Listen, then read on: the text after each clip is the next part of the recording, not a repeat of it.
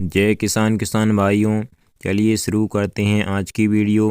किसान भाइयों, आज की वीडियो में हम चर्चा करेंगे गेहूं की फसल में आपको कौन सा खाद उर्वरक डालना चाहिए जिससे आपके गेहूं की फसल में अधिक कल्लों का विकास हो एवं अधिक बढ़िया तरीके से ग्रोथ करें, आपकी गेहूं हरी भरी रहे और बढ़िया तरीके से बम्पर उत्पादन दे आपको। किसान भाइयों, तो इसके बारे में हम वीडियो में पूरी जानकारी देंगे आपको और बढ़िया तरीके से चर्चा करेंगे। तो किसान भाइयों, वीडियो में अंत तक बने रहिए और चैनल पर नए हों तो चैनल को सब्सक्राइब जरूर करिएगा और वीडियो को लाइक भी कीजिएगा और हमारे जो किसान भाई हैं उनके साथ शेयर भी कीजिएगा। किसान भाइयों, तो चलिए वीडियो में आगे बढ़ते हैं और आपको सब कुछ जानकारी पूरी अच्छी तरीके से बताते हैं। किसान भाइयों, वैसे तो जब हमारे किसान भाई गेहूं की बोवनी करते हैं तभी उनको सारे उर्वरकों को मिला करके गेहूं की बुवाई करनी चाहिए। किसान भाइयों,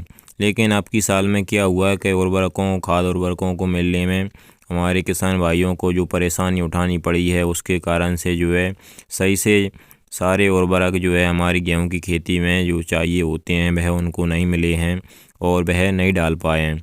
तो ऐसे में किसान भाइयों, जो हमारे उर्वरक रह गए हैं या आप किसी कारणवश उनको नहीं डाल पाए हैं अपनी गेहूं की खेती में, तो किसान भाइयों उनको आप पहले पानी पर डाल सकते हैं।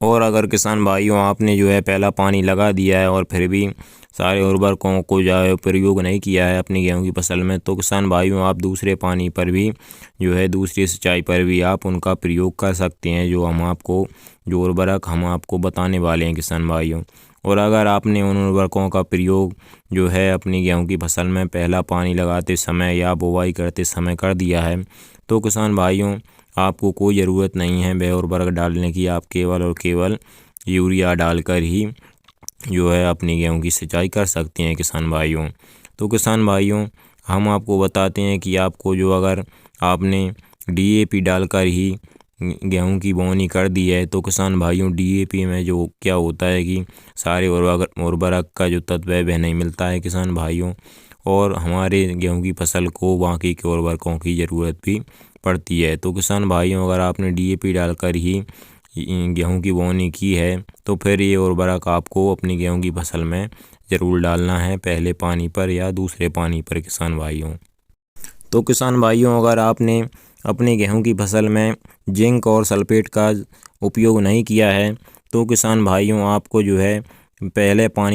पहली सिंचाई करते समय यूरिया के साथ मिला करके जिंक सल्फेट का प्रयोग कर देना है अपनी गेहूं की फसल में। किसान भाइयों, और किसान भाइयों जिंक सल्फेट के अलावा आपको पोटाश का भी उपयोग करना है अपनी गेहूं की फसल में, क्योंकि पोटाश हमारे गेहूं के दाने का वजन बढ़ाने के लिए और बढ़िया तरीके से चमक हमारी दाने में आने के लिए पोटाश का बड़ा महत्व होता है। किसान भाइयों, तो इसलिए आपको जिंक सल्फेट, जिंक सल्फर और पोटाश ये तीनों चीज़ें आपको अपनी गेहूं की फसल में डालनी है। किसान भाइयों, यूरिया के साथ मिला करके आप पहली सिंचाई करते समय इनको डाल दें अपनी गेहूं की फसल में।